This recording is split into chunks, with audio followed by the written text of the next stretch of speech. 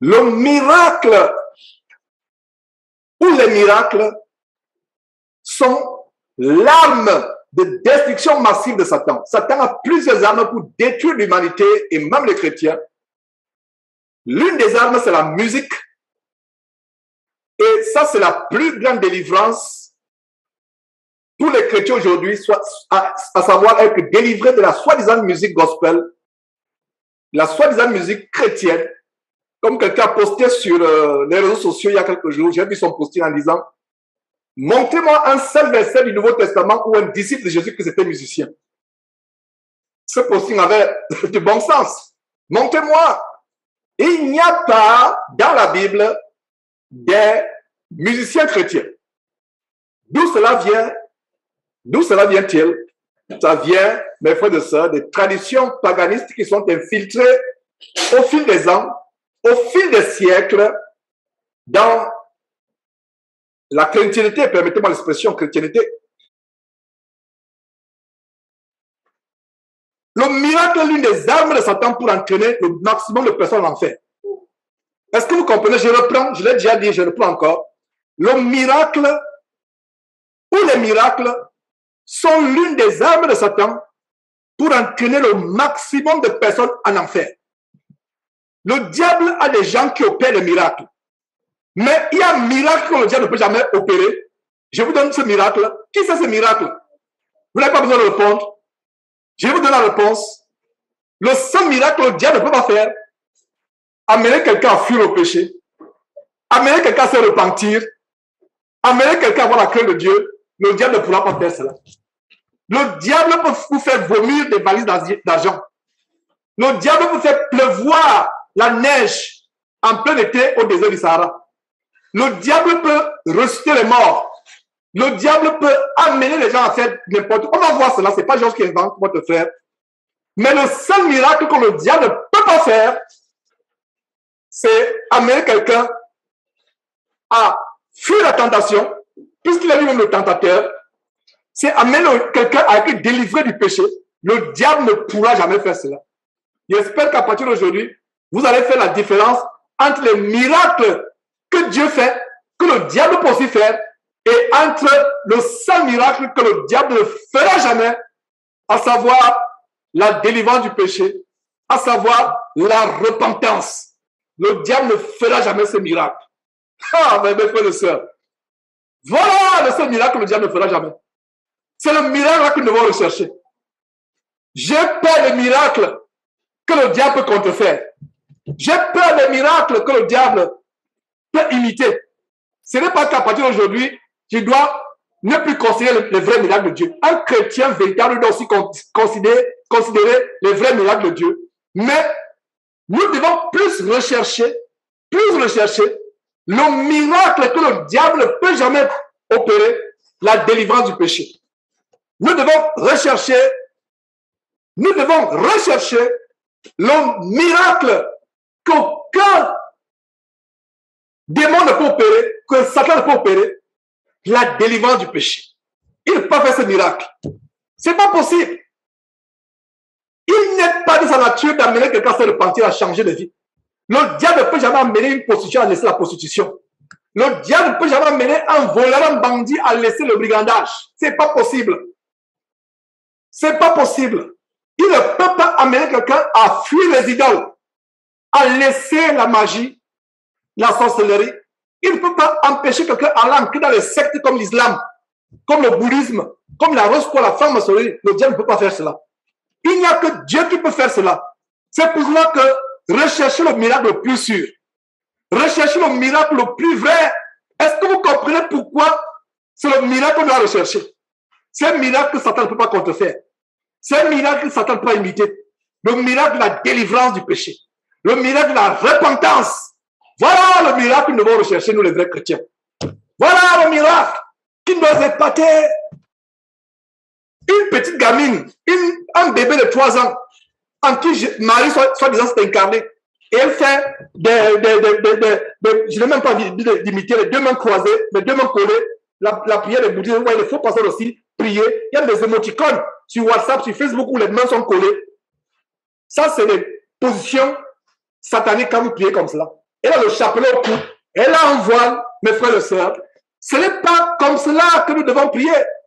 Nous devons prier, mes frères et sœurs, en élevant notre âme à Dieu, en priant Dieu, mais les mains, la position de ces mains, faisons attention. Donc, je reprends mes frères et sœurs, il y a un miracle que le diable ne pourra jamais faire. Il y a les miracles que le diable ne peut jamais faire, mes frères et sœurs. C'est le miracle d'amener quelqu'un à la repentance, d'amener quelqu'un à être délivré du péché. Mes frères et sœurs. Alors, continuons avec la parole de Dieu. Nous allons continuer à voir ces choses. Et ma prière, c'est que cet enseignement délivre beaucoup. Mais je suis sûr qu'il va délivrer beaucoup de personnes. Continuons en voyant quelques versets qui nous montrent que le diable utilise les miracles. C'est pour cela que Jésus nous met en garde. Regarde la mise en garde de Jésus. Et cette mise en garde est reprise par l'apôtre Paul. Donc, Jésus nous met en garde par rapport au miracle. Paul nous met en garde par rapport au miracle. Donc, suivons la première mise en garde de Jésus lui-même. Matthieu 24, 24. Qu'est-ce que Jésus dit? Dans Matthieu chapitre 24, verset 24, Jésus dit ceci. Il s'élèvera des faux Christ. On a fait une mission, on montre des faux Christ à travers le monde. Quel s'élève en Russie, un ancien policier qui dit qu'il est Christ. Il y a quelqu'un aux États-Unis qui disait qu'il était Christ, on l'a dénoncé, et je ne savais même pas qu'il est mort après qu'on l'ait dénoncé. En Amérique latine, au Brésil, il y a un Jésus. Il y a une femme au Bénin qui pensait qu'elle est Dieu. Maintenant, elle dit qu'elle est en même temps Dieu, en même temps Jésus. Parfait de Banamé, je ne sais pas exactement son nom. Beaucoup. Donc, ils se rivalisent. Il y a un moment docteur quelque part au Burkina Faso qui dit qu'il est Jésus, mais il a visiblement une myopie. Je ne dis pas que une myopie, c'est quelque chose d'assez infâme. Il m'a dit que Dieu peut guérir, quand il peut guérir selon sa volonté. Mais si tu es Jésus, tu as du problème à lire. Un simple chrétien qui a du problème à lire, il n'y a pas de problème. Dieu peut le guérir comme Dieu ne peut le guérir selon sa souveraineté. Mais tu dis que tu es Jésus, tu viens à la télévision, tu trembles, tu as du problème à lire, mais tu dis que tu es Jésus, un Burkinabé. Donc chacun dit qu'il est Jésus. Donc il s'élèvera, Matthieu chapitre 24, verset 24, il s'élèvera de faux Jésus et de faux prophètes, de faux pasteurs. Ils feront quoi? De grands miracles, il n'est pas dit qu'ils feront des prodiges de miracles, il a dit qu'ils feront des grands. Est-ce que vous voyez très bien? Disons bien la parole de Dieu. Il n'est pas dit qu'ils feront des prodiges de miracles, mais il a dit qu'ils feront de grands. Donc, l'emphase est mise sur grand. Donc, ils feront de grands prodiges, de grands miracles pour séduire, si c'était possible, même les élus. Le bébé spirituel, le chrétien immature, mal affermi, est séduit par les miracles. Un vrai chrétien, et ma prière, c'est que nous soyons des vrais chrétiens, vous et moi. Un vrai chrétien n'est pas obnubilé, n'est pas émerveillé, n'est pas mystifié, n'est pas épaté par les miracles. Non. Si c'est le plus grand miracle, la repentance et rien que la repentance. Si c'est que le vrai miracle, la délivrance du péché. Donc Jésus met en garde. Jésus met en garde. Il sait que Satan, depuis les anciens temps, on va voir les magiciens de Pharaon qui faisaient les miracles aussi. Depuis l'ancien temps, depuis l'Égypte, on voit les magiciens de Pharaon qui font aussi les miracles. Donc, Jésus met en garde que Satan va utiliser les miracles pour séduire. Donc, il y a la musique chrétienne qui est une arme de séduction de Satan pour détruire les chrétiens. Il y a le sexe qui est une arme de Satan pour séduire les chrétiens, entre guillemets. Aujourd'hui, cet enseignement nous montre une autre arme qui est les miracles. Est-ce que vous saviez que les miracles sont une arme de Satan pour séduire les chrétiens? Voilà la révélation. Non seulement Jésus en parle, le grand serviteur de Jésus-Christ, l'apôtre Paul, en parle aussi. Il nous révèle quoi? Le Saint-Esprit, c'est même le Saint-Esprit qui nous révèle en 2 Thessaloniciens, chapitre 2. 2 Thessaloniciens, chapitre 2.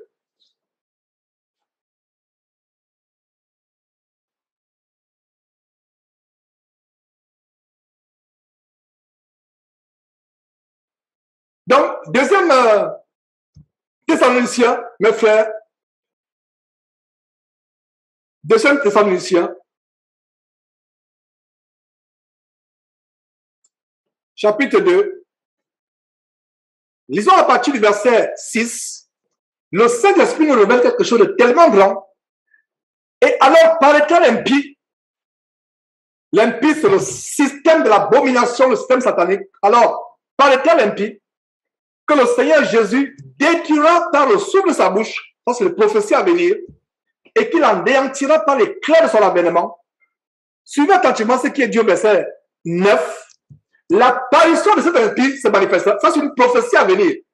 L'apparition de cet impie se fera par quoi? Par la puissance de qui? De Satan. Avec quoi? Avec toutes sortes de miracles, de signes et de prodiges comment? Mensongers. Et avec toutes les séductions de l'iniquité. Donc, la séduction va de pair avec les prodiges, les miracles, les signes mensongers. Le but, c'est quoi? La séduction. L'apôtre Paul reçoit l'inspiration du Saint-Esprit. Exactement ce que Jésus nous a révélé. Même Jean plus tard, dans l'Apocalypse, reçoit la révélation au sujet de la bête qui opère les miracles. Apocalypse chapitre 13. Qu'est-ce que nous voyons en Apocalypse chapitre 13?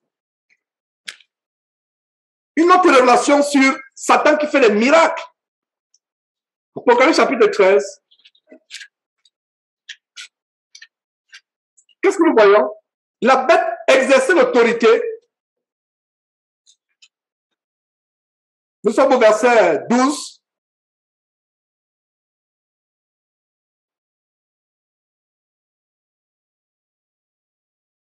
Le verset 1 d'ailleurs nous montre une bête.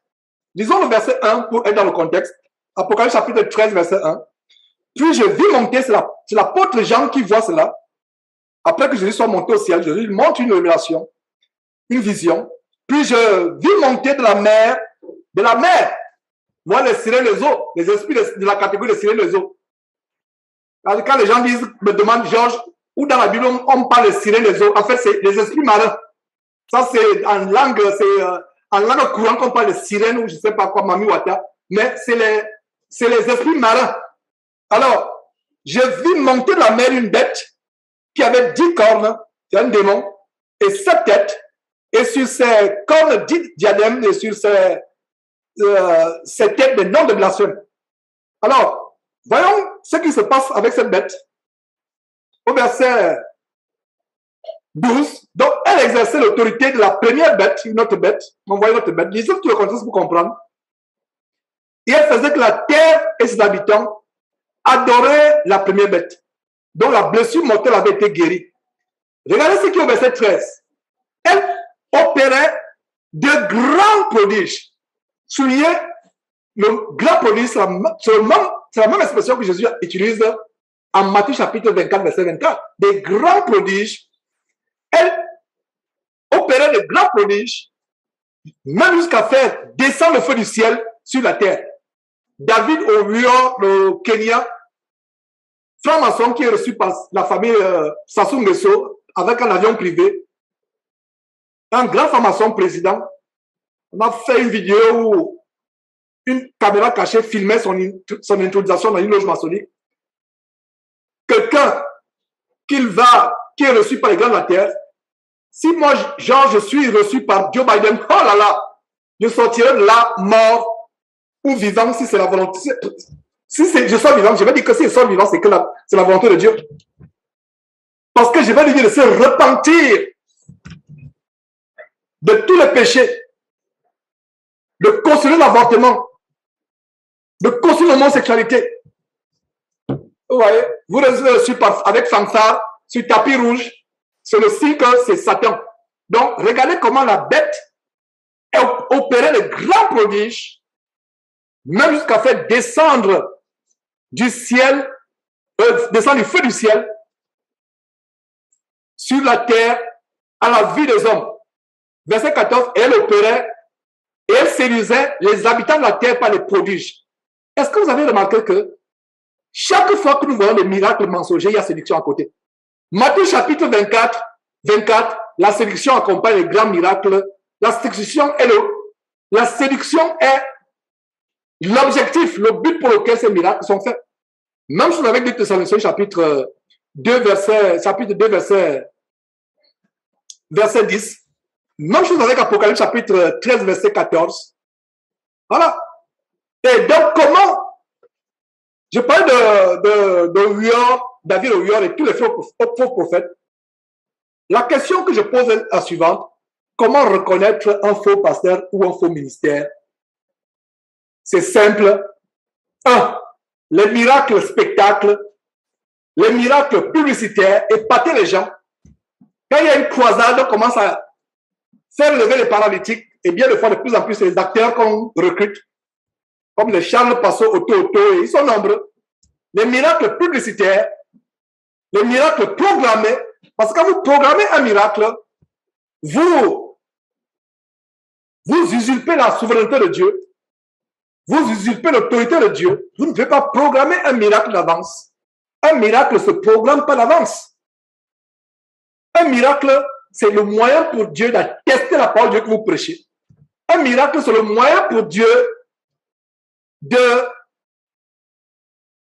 d'honorer, de se glorifier à travers votre prédication. Et il le fait de manière souveraine. De manière souveraine. De manière souveraine. Mes frères, de manière souveraine. De manière souveraine.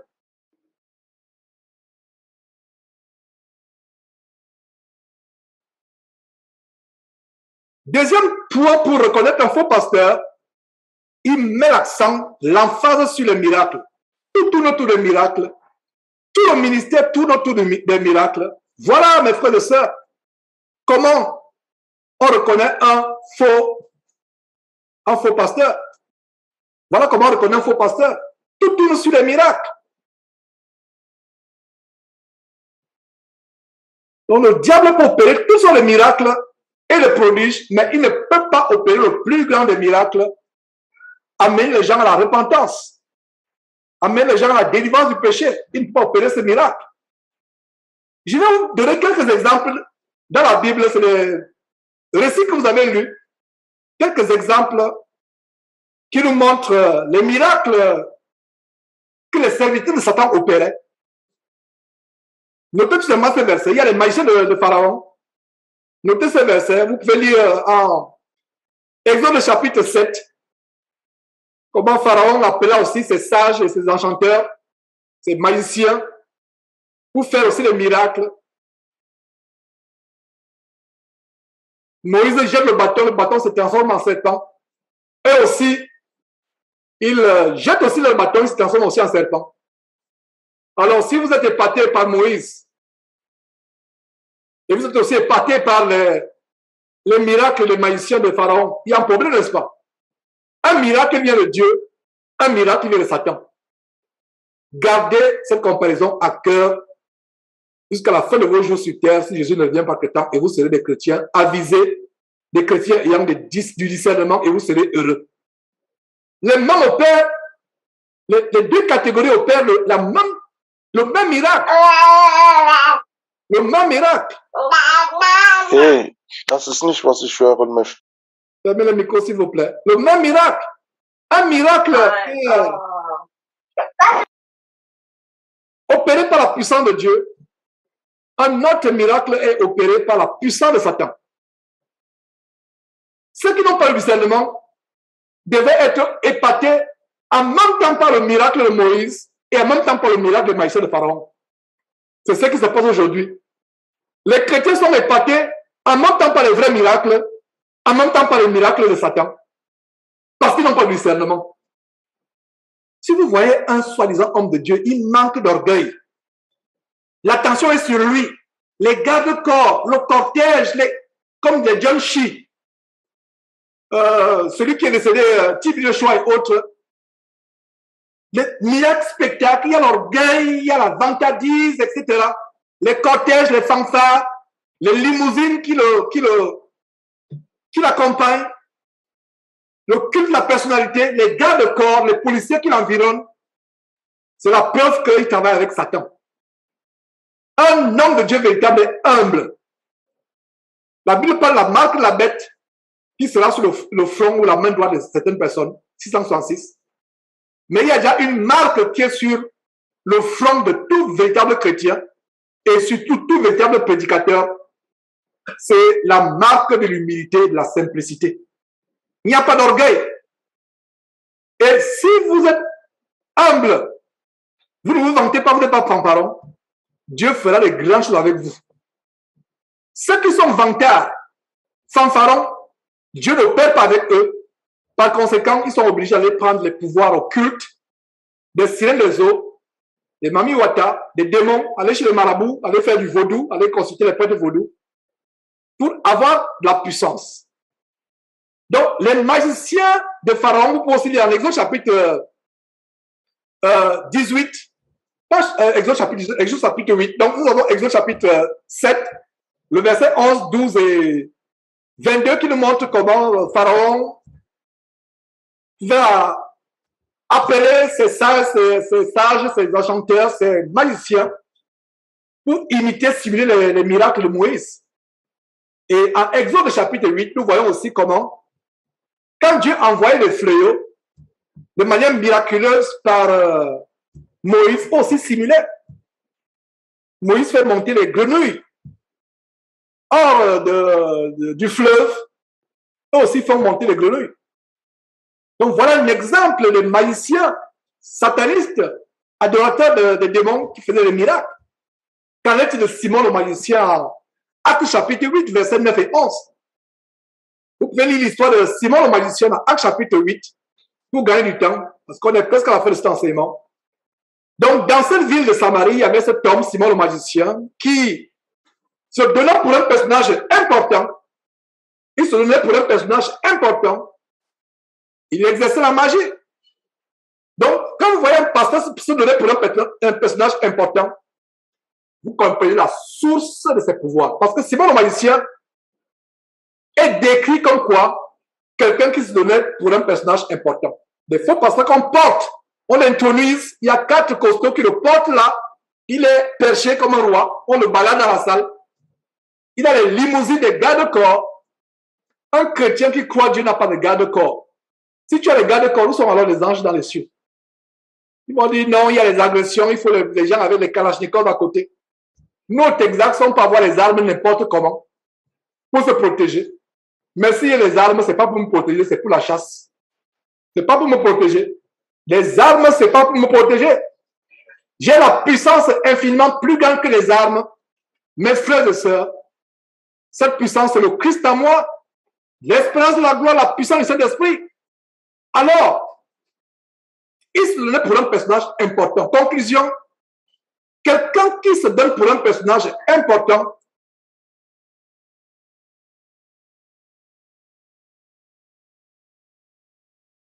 quelqu'un qui se donne pour un personnage important, qui se vante, qui attire l'attention sur lui, des miracles spectacles. Vous voyez, quand il a fait un miracle, il commence à, comme la démarche charge dans le micro, il se vante, les gens l'acclament. C'est Satan qui, par ces faux pasteurs, ces faux prophètes, usurpe la gloire qui est réservée à Dieu, usurpe la gloire qui est réservée au Fils de Dieu, Jésus-Christ. Quand nous opérons les miracles, ce n'est pas pour que la gloire soit sur ceux qui opèrent les miracles, c'est pour que la gloire de Dieu soit manifestée, pour que les gens disent Alléluia, Hosanna, au grand Dieu, au Dieu très haut. Merci le Seigneur Jésus, merci au Seigneur Jésus, merci grand Dieu. Pour que le nom de Jésus soit glorifié, pour que Jésus et Dieu soient l'objet de l'adoration, pour que la crainte s'empare des gens et pour qu'on commence à changer de vie, Les miracles s'accompagnent par la repentance. Dans ces églises, soi-disant les miracles, tous les jours, regardez le ministère abominable de Maman Olangui, qu'on a dénoncé, que j'ai dénoncé pendant plusieurs années pour qu'elle se repente. Finalement, elle est décédée avec son mari, sans se repentir. Et voilà comment sa fille a pris la relève avec ce ministère abominable. Quelques mois ne sont pas passés après la mort de leurs parents, maman, le couple abominable Olangui.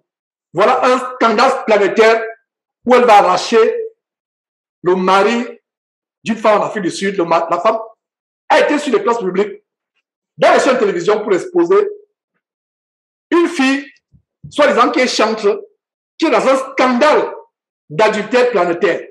Elle qui est l'héritière de ce ministère abominable, Maman Langui.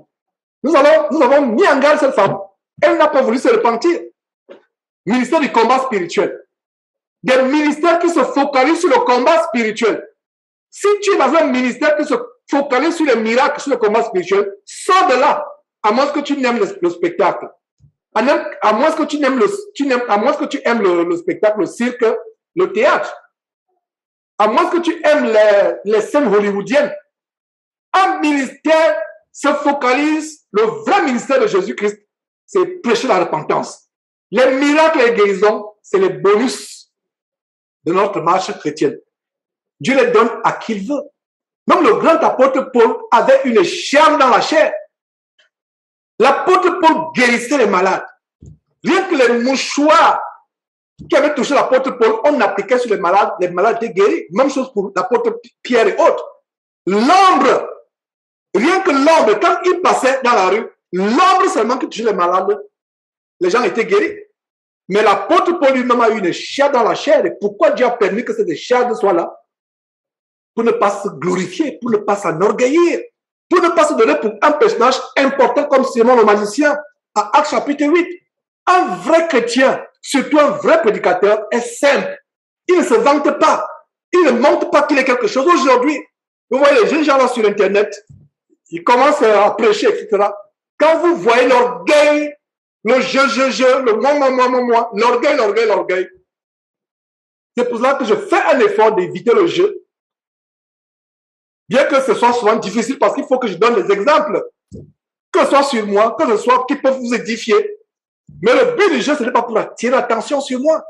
Nous devons amener les gens à avoir l'attention sur Jésus-Christ, sur Dieu, uniquement. Voir l'évangile que je prêche, mes frères et sœurs. Et c'est l'évangile pur, original. Donc, qu'est-ce que nous voyons? Simon le magicien se donnait pour quelqu'un d'important. Voilà le critère des faux pasteurs qui fait les miracles. Vous voyez la vantardise, la main de marcher, les gens l'acculent, les gens, la dule l'entoure, le vénère. Voilà la preuve. Pire encore, s'il vend ses guérisons, s'il vend ses prières, s'il vend l'entrée à ses croisades, pire encore, Simon le magicien exerçait la magie et provoquait l'étonnement du peuple de la Samarie, au point où les Samaritains louaient Dieu pour les miracles mensongers et sataniques de Simon le magicien. Y a-t-il quelque chose de nouveau sous le soleil? La Bible dit qu'il n'y a rien de nouveau sous le soleil. Ce qui s'est passé au temps des Samaritains, c'est ce qui se passe aujourd'hui. Des chrétiens qui acclament, tel monte, tel apparaît avec les miracles, boum, on part. Tel autre apparaît, boum, on part comme un essai d'abeille. Le vrai miracle, c'est la repentance. Le vrai miracle, c'est la délivrance du péché. Une petite apparaît, un démon apricole cette petite. Les chrétiens sont en ébullition à travers le monde. Pourtant, cette petite, on la met face à moi, je vais implorer Dieu pour sa délivrance. Et si Dieu me donne le feu vert, la première chose que je vais dire, toi, principal dans le corps de cet enfant, sors ne te manifeste plus au nom de Jésus-Christ. Est-ce que vous comprenez? Donc, il y a les pharaons qui faisaient les miracles inspirés par les démons. Il y a Simon le magicien. Il y a même encore les 7 fils de Séba. On a vu ça il y a quelques jours. Dans Actes chapitre 19, c'était les exorcistes qui opéraient. Mais quand ils ont vu que la puissance de Paul était supérieure, parce que Paul utilisait le nom de Jésus-Christ, pourtant c'était les magiciens exorcistes, les ancêtres de la Kabbale juive, que beaucoup de pasteurs suivent aujourd'hui, ils ont voulu imiter l'apôtre Paul. On a vu dernièrement comment ils ont été chassés. L'homme de qui voulait enlever ces démons a pris possession d'eux. 7 hommes qui sont battus par un seul homme. En fait, c'est les démons. Dans le monsieur qui ont pris possession d'eux, ils sont partis là blessés et nus. Nous avons un autre cas de magicien enseigne la Kabbale juive, Elimas ou Bar-Jésus en Actes chapitre 13, dans la ville de Salamine. J'aimerais qu'on examine rapidement cette histoire ensemble. Elimas, Bar-Jésus. Et aujourd'hui, tout pasteur qui vous enseigne en notre évangile est un Bar-Jésus. C'est-à-dire qu'il vous barre la porte pour aller à Jésus. Il y a des gens qui disent, mais Georges, pourquoi tu dénonces avec une virulence infatigable, insatiable? Il dit, la réponse est simple, je vous la donne, je vous l'ai toujours donnée. La réponse est simple. Les faux pasteurs barrent la voie pour aller à Jésus à plusieurs multitudes. Ils sont nocifs. Il faut les exposer. Et non seulement les exposer aussi l'évangile qui délivre. Et c'est ce que je fais.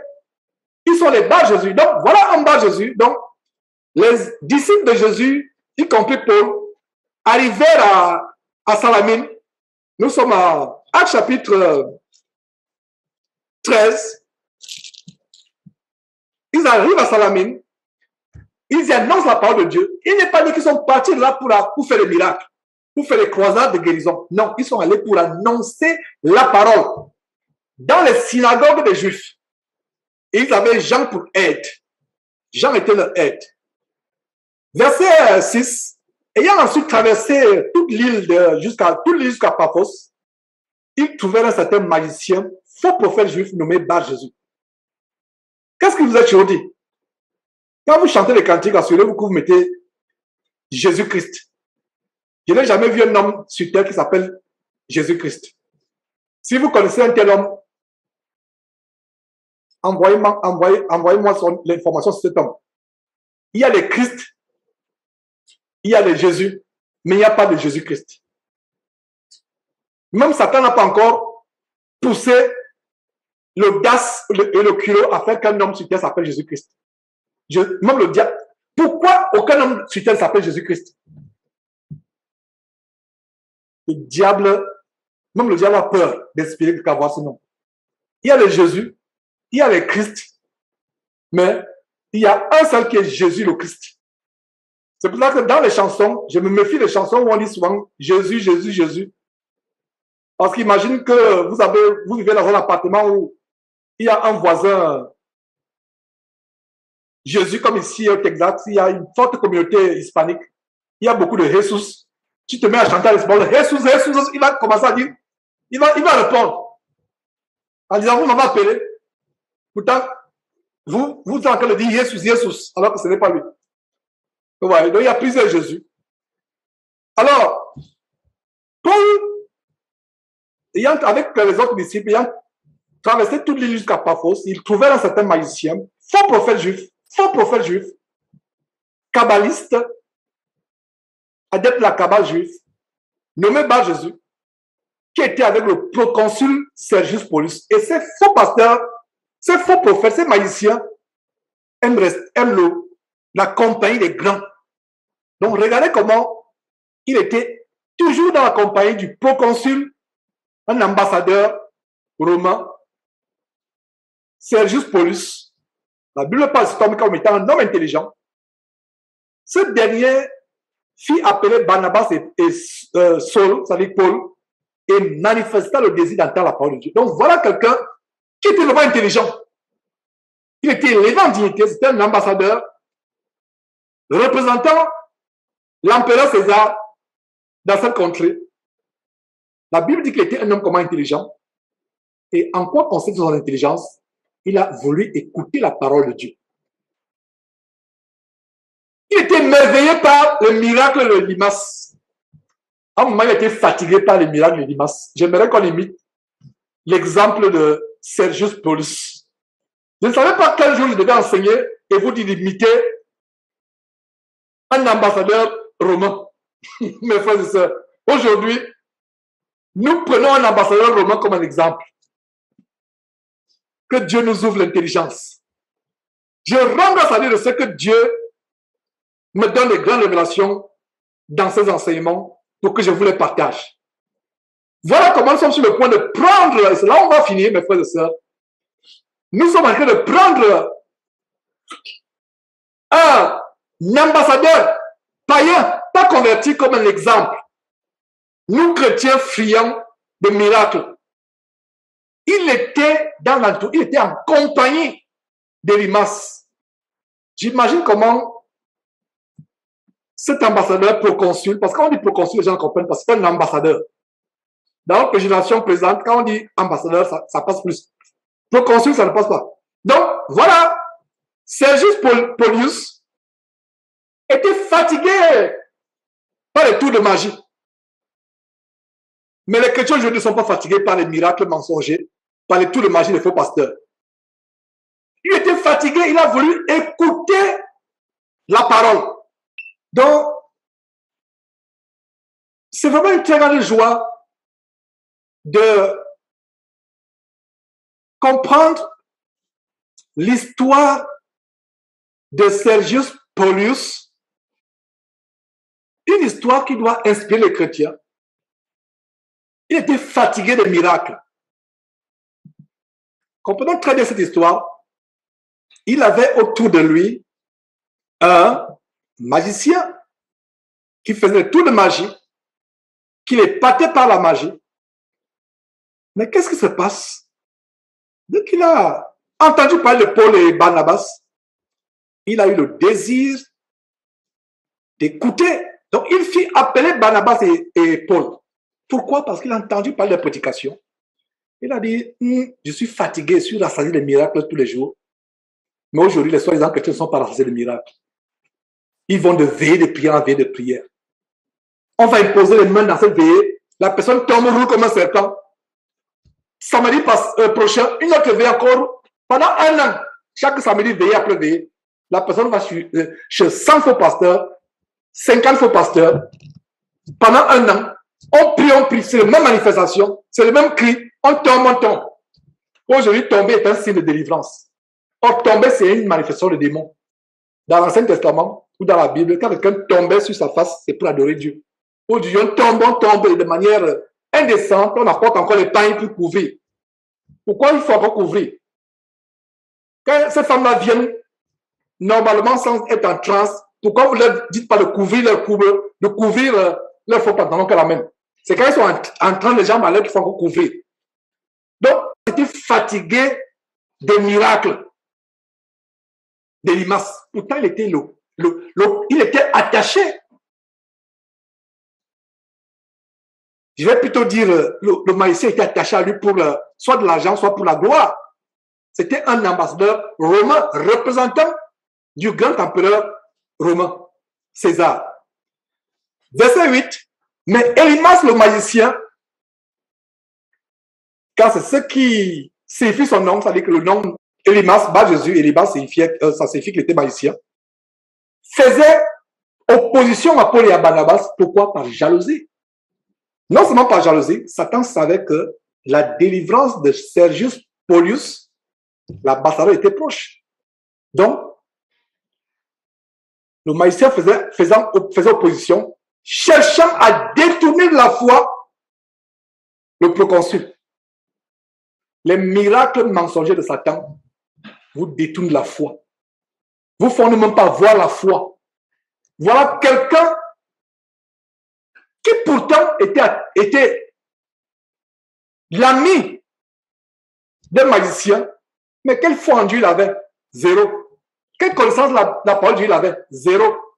Quelle crainte de Dieu il avait? Zéro. Donc cet homme, avec son intelligence, on dit non, ce magicien-là, je suis fatigué de voir les tours de magie. Je vais entendre quelque chose de nouveau. Voilà Jésus Elimas qui bat la voix de Jésus au proconsul. Alors, regardez la réaction de Paul. Alors, Saul appelait aussi Paul, rempli du Saint-Esprit. Donc, il n'a pas fait ça avec son intelligence. Il était motivé par le Saint-Esprit qu'il a fait. Rempli du Saint-Esprit, fixa les regards sur ce magicien et lui dit, homme plein de toute espèce de ruse et de fraude, fils du diable, ennemi de toute justice. Et Paul le confronte publiquement. Aujourd'hui, on aurait dit que moi, votre frère Georges, je suis en train d'insulter. Je suis dur. Non. Le Saint-Esprit donne le courage. Allez encore suivre la liste de tous les bienfaits et avantages du Saint-Esprit. Quand vous avez le Saint-Esprit en vous et vous agissez par le Saint-Esprit, aucun homme ne peut ne peut vous faire peur. Même si vous êtes devant une armée avec des chars, des canons prêts à tirer sur vous, vous allez parler. Donc regardez comment il confronte publiquement ce monsieur avec des paroles que certains chrétiens, entre guillemets, prendraient pour des injures. Non, il dit ce qui est. Publiquement, en plein de toute espèce de ruse et de fraude, fils du diable, ennemi de toute justice. Ne cesseras-tu pas de pervertir les voies droites du Seigneur? Verset 11, maintenant voici, la main du Seigneur Jésus est sur toi. Tu seras aveugle. Et pour un temps, pour encore le parler publiquement, le consul n'est pas loin, il écoute. Tu seras aveugle pour un temps. Tu ne verras pas le soleil. Aussitôt, l'obscurité et les ténèbres tombaient sur lui et il cherchait en tâtonnant des personnes pour le guider. Voilà le grand puissant Elimas Bar Jésus, magicien, au point où il avait l'amitié des consuls, des ambassadeurs, des grands de la terre. Vous voyez leur tâtonner. Il a rencontré une puissance plus grande. Et nous comprenons que Sergius Paulius, homme intelligent, avait raison de faire venir Paul et Barnabas pour écouter la parole de Dieu. Alors, le proconsul, voyant ce qui était arrivé, crut, étant frappé de la doctrine du Seigneur. Voilà ce que je vous ai dit.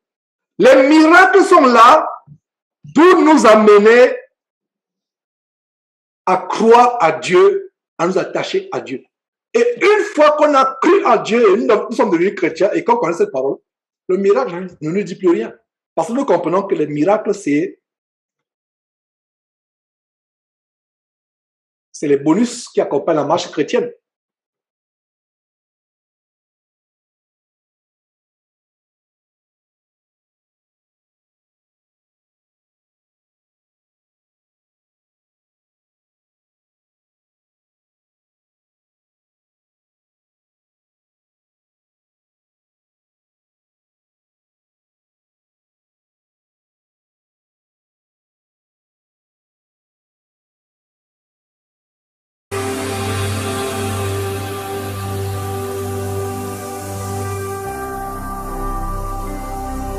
Jésus-Christ TV,